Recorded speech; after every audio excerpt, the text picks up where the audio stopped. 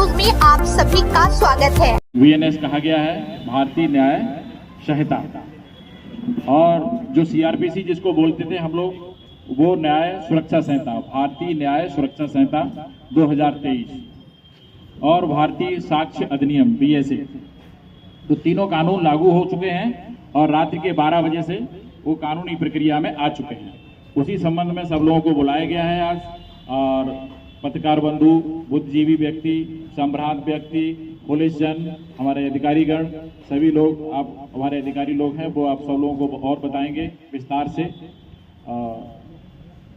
अब मैं प्रभारी निरीक्षक महोदय से कहेंगे, वो भी अपना आप इस संबंध में, नए कानून के संबंध में आप लोगों को संक्षिप्त में कुछ न कुछ बताएंगे।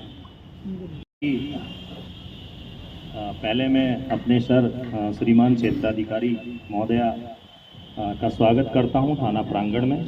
आज हमारे लिए एक हर्ष का विषय है कि हमारा नया कानून, जो हम लोग अभी तक अपने आप में अपने कानून में संशोधन नहीं कर पाए थे, वो पिछले वर्ष संशोधन होने के बाद आज 1 जुलाई 2024 से लागू होने जा रहा है, लागू हो चुका है। रात्रि 12 बजे से ये प्रभावी हो चुका है। इसमें काफ़ी परिवर्तन किया गया है। जो पहले हमारी भारतीय दंड संहिता थी, अब उसका नाम भारतीय न्याय संहिता रखा गया है। दंड सबको हटाकर न्याय की बात कही गई है। पहले 511 सेक्शन इसमें थी, अब 358 सेक्शन हो चुकी है। इसमें करीब 9 धाराएं बढ़ाई गई हैं और 175 धाराओं में परिवर्तन किया गया है। एक महत्वपूर्ण परिवर्तन है, ये संशोधन सभी विचार के बाद बुद्धिजीवियों द्वारा इसमें किया गया है और हम सब उसी को अब इसका पालन करेंगे। आने वाले टाइम में कुछ लोगों को, जैसे मैंने मोजेज व्यक्ति और हमारे मीडिया बंधुओं को बुलाया है, और कुछ धाराओं का ये ज्ञान धीरे धीरे आप सब लोगों तक भी पहुंचेगा, और हम लोग प्रयास करेंगे कि जब भी आपको जरूरत पड़े कि सेक्शन पता चला कि भाई मर्डर की धारा नहीं लगाई है, इसमें तो 103 लग रही है, तो वो सेक्शन ही चेंज रहेगी। ये भी आप लोगों को, कोई हो सकता है आप लोग सब जानकार हैं, गांव का कोई व्यक्ति कहे हमारी तो धारा, कल जैसे भी मेरे सामने एक व्यक्ति बैठे थे, 302 का एक मुकदमा था, कहने लगे साहब इसमें तो 154 लिख रही है। तो ये कहीं ना कहीं इस तरह की अनभिज्ञता रहेगी, तो इसमें आप सब लोगों के सहयोग की जरूरत पड़ेगी। जहां आपको लगेगा कोई कंफ्यूजन है या कोई व्यक्ति आपसे इस तरह की बात कर रहा है कि साहब हमारी वो धारा नहीं लगी, तो अब धाराएं इसमें परिवर्तित हुई हैं। आप मेरे पास आके अपनी बात को रख सकते हैं और मैं उसको सुनूंगा और आप लोगों को ब्रीफ करके समझाऊंगा। दूसरा, जो हमारा दूसरा कानून है, जो प्रक्रिया है हमारी, उसको भी चेंजिंग करते हुए भारतीय नागरिक सुरक्षा संहिता की गई है। भारतीय नागरिक सुरक्षा संहिता जो CRPC थी हमारी, उसमें परिवर्तन करते हुए जो 2023 में तैयार किया गया प्रारूप आज से लागू है, वह भारतीय नागरिक सुरक्षा संहिता के रूप में रहेगा। तो इन सब में भी काफ़ी परिवर्तन किया गया है। इसमें सेक्शन पहले 484 थी, अब 531 सेक्शन इसमें की गई है। इसमें सेक्शन काफ़ी संख्या में बढ़ाई गई हैं, जिनकी आवश्यकता महसूस की गई, वो सब आवश्यकता अनुसार धाराएं बढ़ी हैं। इसमें लगभग 107 धाराओं में परिवर्तन किया गया है। इसी तरह भारतीय साक्ष्य अधिनियम, भारतीय एविडेंस एक्ट नाम तो वही था उसका, लेकिन इसमें 2023 में जो परिवर्तन किए गए हैं, उन परिवर्तनों को लागू किया गया है। इसमें पहले 167 धाराएं थी, अब इस समय 170 धाराएं की गई हैं और लगभग 23 धाराओं में इसमें परिवर्तन किया गया है और 5 धाराओं को इसमें समाप्त किया गया है। तो ये मेन जो मुद्दे थे, जो मैंने आप लोगों से बात की, ये परिवर्तन काफ़ी बड़ा बदलाव है और हम सब के लिए खुशी का माहौल।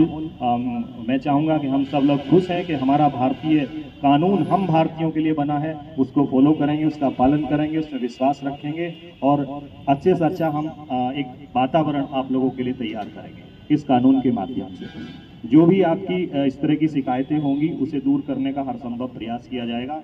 कुछ ऐसा भी प्रावधान रखा गया है कि छोटी छोटी घटनाओं में आप ऑनलाइन भी FIR कर सकते हैं।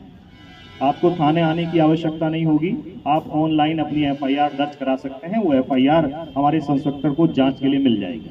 आपको पता चल जाएगा कि कौन सा इंस्पेक्टर हमारे इस केस की, हमारे इस एप्लीकेशन की जांच कर रहा है। तो ये एक बहुत बड़ा एक बदलाव है, पहल है, जिससे आप सब लोगों को थाने भी आने की आवश्यकता नहीं होगी। छोटी छोटी बातों के लिए, कभी कि मेरा मोबाइल गुम हो गया, मेरा पर्स गुम हो गया, मेरा DL गुम हो गया, तो आप घर बैठे अपनी FIR को दर्ज कर सकते हैं। खासतौर से जो महिलाओं संबंधी हमारे अपराध थे उसमें भी काफ़ी बड़ा परिवर्तन किया गया है। उसको गंभीरता से लेते हुए मृत्यु दंड तक की सजा का प्रावधान किया गया है। अगर दुष्कर्म जैसी घटना होती है तो उसमें मृत्यु दंड भी दिया जा सकता है।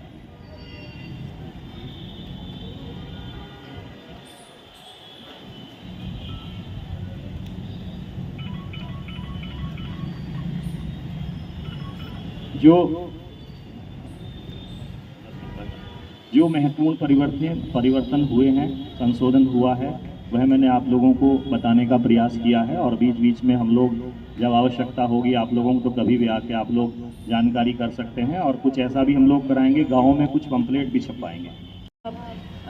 मैं आप सबका स्वागत करती हूँ। आज से जो नया कानून है भारतीय न्याय संहिता, भारतीय BNSS है, जो हमारा जो IPC, CRPC और एविडेंस एक्ट था, ये 3 नए कानून में आज से प्रभावी हो चुके हैं, आज रात 12 बजे से। और हम बड़े हर्ष के साथ आपको बता रहे हैं कि काफ़ी अच्छे चेंजेस हैं इस कानून में। देखिए, एक लैटिन प्रिंसिपल है जिसको कहते हैं कि इग्नोरेंस ऑफ लॉ कोई एक्सक्यूज़ नहीं होता। मतलब कभी कभी लोग हमारे पास आते हैं, अरे हमें तो पता ही नहीं था कि ये लॉ है और इसमें सज़ा भी हो जाती है।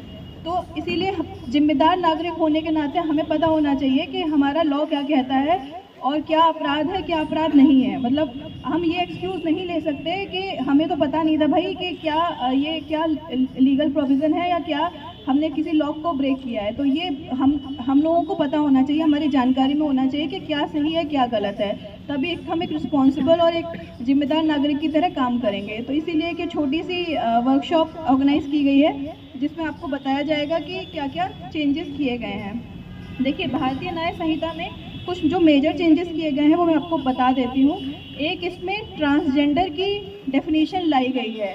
ट्रांसजेंडर मतलब थर्ड जेंडर को इंक्लूड किया गया है, तो एक चेंज किया गया है। फिर दूसरा जो चेंज किया वो कम्युनिटी सर्विस का किया गया है। जो पनिशमेंट थी पहले, जो सज़ा थी, वो डेथ पेनल्टी थी या लाइफ इम्प्रिजमेंट थी, उम्र कैद थी या मृत्यु दंड था,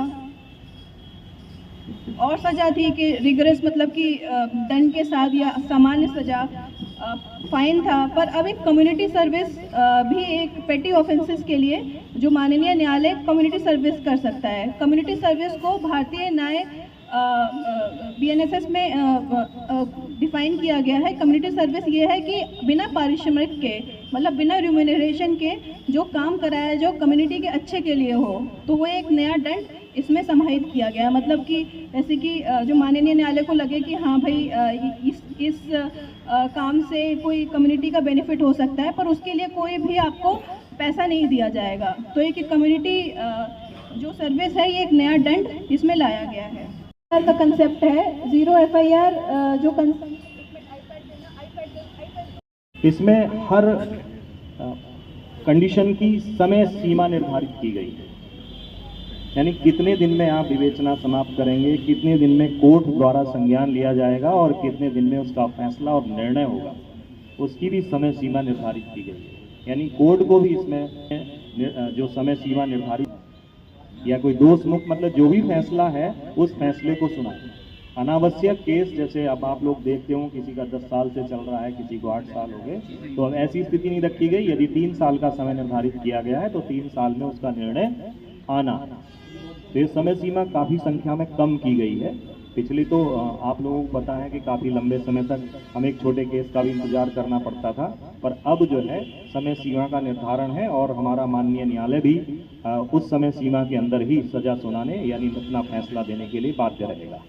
बहुत एक महत्वपूर्ण संशोधन है ये, जो आप सब लोगों को मुझे जानकारी देते हुए हर्ष भी हो रहा है।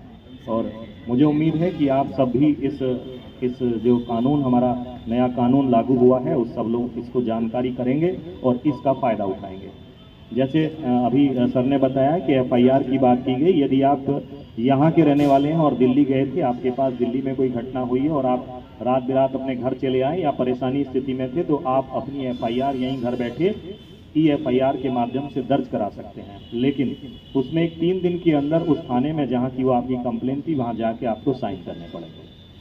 तो कभी कभी ऐसा होता है कि आप दिल्ली में गए किसी काम से और यहाँ चले आए, रात में परेशान थे, निर्णय नहीं ले पाए, तो आप FIR दर्ज करना चाहते हैं तो आप FIR दर्ज अपने घर बैठ के कर सकते हैं। छोटी FIR है, जैसे हमारी कोई चीज़ गुम हो जाती है, कोई चीज़ चोरी हो जाती है, तो आप उसको भी ऑनलाइन FIR दर्ज करा सकते हैं।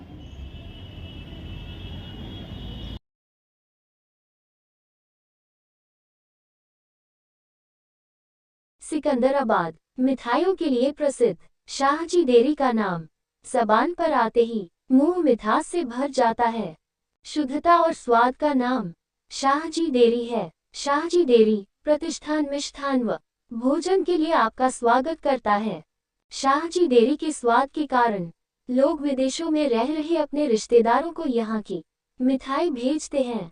वास्तव में शाहजी डेयरी की स्वीट्स नगर में अपने स्वाद और नाम की धूम मचाए हुए हैं।